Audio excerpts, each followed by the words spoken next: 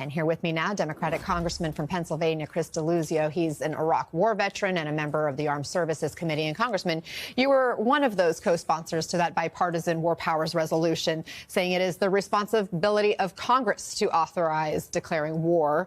The president did not get authorization before launching these strikes on Iran. What is your reaction to where we stand right now? Congress didn't authorize this. No president of any party has the ability on their own to start a war. Sending American aircraft over another country, dropping bombs, that's risking starting a war. And certainly the Congress has a role to play. I hope more of my Republican colleagues join us to stand up for the American people. I'm a veteran of the war in Iraq. I remember what that debate was. At least there was a debate. I think they got it wrong then. We've had no chance to have a debate, to present evidence to the American people, to see the case the administration's making for why they should authorize these strikes. Congress has that power. Congress alone has that power. I mean, this is your second term in Congress, but we've seen for decades, multiple administrations, presidents from both parties skirt going to Congress before launching some kind of military action. Is this any different?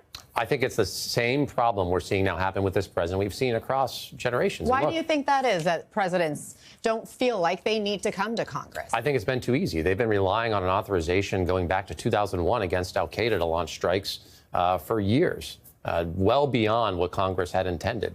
The American people should have more of a say in this. And look, we are going to pay for the cost of the wars in Iraq and Afghanistan for as long as my generation of veterans is alive. We owe it to the American people to make these decisions wisely, to argue in full public view about the merits of starting a war. None of that has happened. This president decided on his own. And it is Congress's responsibility to decide whether we send Americans to war. Your colleague, Congresswoman Ocasio-Cortez, said President Trump's actions in Iran could be an impeachable offense. Do you agree? They could be. I think he broke the Constitution. Let's be clear. It is Congress's power, through the American people who elect us, to decide whether we go to war, whether we authorize military action. Every president has the power to defend Americans, no doubt. That's not what this was. This was an offensive attack on another country.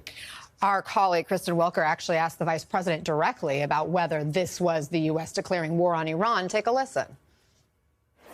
My first question, Mr. Vice President, is the United States now at war with Iran? No, Kristen, we're not at war with Iran. We're at war with Iran's nuclear program. What we did is we destroyed the Iranian nuclear program. I think we set that program back substantially, and we did it without endangering the lives of the American pilots. He says the U.S. is not at war with Iran, but at war with Iran's nuclear program. What do you make of that distinction? That sounds like something a Yale Law School lawyer would argue. You've bombed Iran. You're certainly escalating things. We have tens of thousands of Americans in the Middle East, many service members at ships at sea. They are at risk now. And we know how narrow the Strait of Hormuz is. The Iranians have long threatened to shut down shipping through the Strait of Hormuz, which would affect global energy markets and more. This is a very risky situation for the country. Your fellow lawmaker from Pennsylvania, Democratic Senator John Fetterman, is supportive of these strikes. He called it the correct move. What would you say to him about that? I disagree. We have a role in Congress. The American people expect us to have a say on something as important as deciding whether this country goes to war. What's the point of being a senator or a member of Congress if you're not going to do your duty? And our duty is to say something here and be clear that that power lies with us, not the president. Joining us now is Democratic Senator from Maryland and a member of the Foreign Relations Committee, Chris Van Hollen. Senator, good to have you here. Several of your Hill colleagues are voicing concern that the president bypassed congressional approval with these strikes. But is there anything you can do as a body about that? Well, Anna, it's good to be with you. It's not just bypassing congressional approval and notification. This was a direct violation of the Constitution, which, as you just discussed, provides Congress the power to declare war. And when you take offensive action and drop bombs on another country, that's clearly an act of war. So what we are going to do this week in the Senate, I'm not sure about the House, is take up and vote on the War Powers resolution that Senator Kaine has introduced. And that will be a moment for every member of the Senate to decide whether they want to surrender their authority under the Constitution and just give a blank check to the President of the United States. I hope people reflect on this, and I hope we support this War Powers resolution. Let me ask you, if you think this was unconstitutional, Congresswoman Alexandria Ocasio-Cortez has suggested this could be an impeachable offense. Do you agree? Well, it is a violation of the Constitution. As to what the best remedy is at this point, my view is that it's proceeding with the War Powers Resolution and trying to muster bipartisan support for requiring the president to come to Congress if he wants to take any kind of further offensive action. I mean, the president recently suggested that his aim was really regime change. I mean, that would require, obviously, full engagement of the U.S. military, as we saw in Iraq. So I think that the best focus right now, Anna, should be on the War Powers Resolution. You posted on X that Trump has endangered American lives and risks unleashing dangerous forces that we can't control. We know the U.S. has several military bases and embassies throughout the region. There's something like 40,000 military personnel in the region. How concerned are you about their safety now, and what do you think should be done to protect them? Well, I'm very concerned because I think it's highly likely Iran will respond in some way. They've indicated that. Exactly what form that takes, we don't know, but it clearly could endanger our forces in the region and Americans around the world. And again, you know, the question is why? And it was very revealing that yesterday Secretary Rubio essentially ignored the intelligence that has been provided by the U.S. intelligence community that says that Iran has not decided to proceed to acquire and build a nuclear weapon. He said, forget about the intelligence. Well, that's what happened in Iraq, right? It was all about weapons of mass destruction. We went into Iraq under false pretenses. Here there was time for diplomacy, and instead, Anna, what the president did was put Americans at risk rather than go down the path of negotiation to see if we could accomplish our goals in that manner. We have reporting that Iran warned the Trump administration of a sleeper cell attack that they could carry out if the U.S. attacked. Now that the U.S. has attacked, one, what do you make of that threat? And two, how confident are you in the U.S. ability to thwart any potential terrorist attack, especially given the diminishment of intelligence personnel, whether through resignations or job cuts, as well as the realignment of some of that entity toward immigration enforcement? Well, Anna, I am very worried about the attacks from the Trump administration. Escalations continue to rise in the Middle East. It is time for friends and family of active duty military to take action.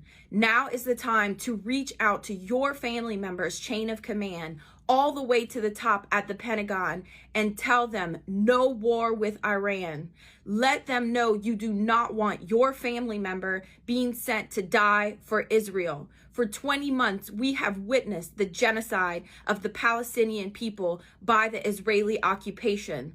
American troops, American people do not want to go to war with Iran. This is your way to ensure the safety of your family member or your friend that is active duty military, to ensure they do not get deployed on behalf of Israel. Units across America have Facebook, X, and Instagram social media accounts. It is our duty as American citizens to flood the comment section and ensure that they understand, that the leadership understands, that we do not want American troops to be deployed to die on behalf of Israel. This is the moment where our country must unite to protect its citizens from being dragged into a war on behalf of a genocidal country. Israel is not our ally. But I think unless we have people actually inside of these facilities, we're really not going to have a conclusive view of exactly how extensive and how thorough the damage was. And it's still unclear how far along these programs were. I want to play some sound of what we've heard from the Trump administration about their assessment of Iran's nuclear program and its proximity to developing a nuclear weapon. Let's listen.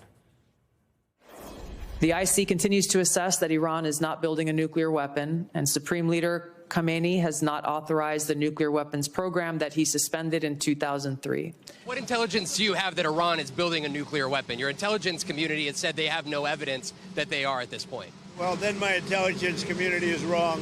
Who in the intelligence community said that? Your Director of National Intelligence, Tulsi Gabbard. She's wrong. What new intelligence does the U.S. have since then that the Iranians have changed their position on nuclear weapons And does this new intelligence come from U.S. sources and methods, or are we getting this information from other countries? Well, I would just simply say that the president's made it very clear. He's looked at all of this, all of the intelligence, all of the information, and come to the conclusion that the Iranian nuclear program is a threat. Just how important is it to nail down this answer? Because right now it's all over the place. Well, it was, I think, very important to nail it down prior to a U.S. decision to carry out those military strikes. But by all accounts, it's apparent that there is no new intelligence that indicates that the Iranians have moved forward with their nuclear weapons program that was suspended in 2003. And unfortunately, I think this is Bibi Netanyahu and the Israelis that convinced Trump to disregard the position of the U.S. intelligence community and to basically move forward and to try to destroy the nuclear program. But again, no indication at all that there was any imminent threat or that the Iranians were, in fact, moving forward with their plans to fabricate a nuclear warhead. Do you think we'd be in this position now if the U.S. had not pulled out of the Iran nuclear deal in the first Trump administration?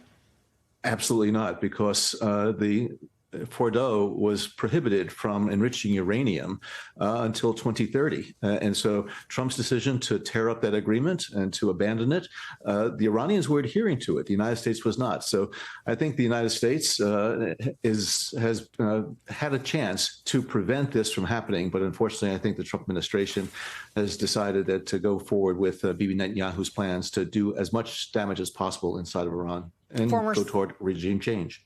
You can see people who have served, others as well, of course, but people who have served do not support this, at least a good chunk of them. Maybe some do, of course, but there is no consensus for what Trump did. And we know that because polling shows the vast majority of people are against this. So I guarantee you there are at least some soldiers out there, some veterans, what have you, that oppose this. Also, there seems to be opposition from various parts of the political spectrum. But even if the polling was unclear, what's one way you could at least hypothetically get a sense for how the various parts of the country think about this war is you have a vote in Congress. Now, I want to make it clear. Members of Congress do not always represent their communities. And in many cases, especially with Republicans, but even Democrats, there are times where 90% of Americans will say, let's support taxing the rich.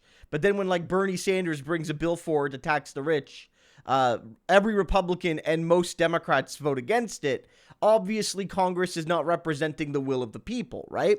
But if you're not even asking the representatives in representative democracy, right? You're not even asking them, how do you know you have any consent for this war?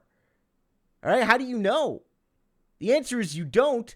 And every evidence we have, every piece of evidence we have, is that regular folks reject this and they have concerns with it, even if they support, a tough line against Iran for whatever reason. Ideologically, they disagree with the Iranian regime. The way this was done was a disrespect to the Constitution. And if you serve and if you have served, you don't swear a loyalty oath to the president or to a Lockheed Martin. You share an oath to the Constitution, which was violated when Trump did this bombing.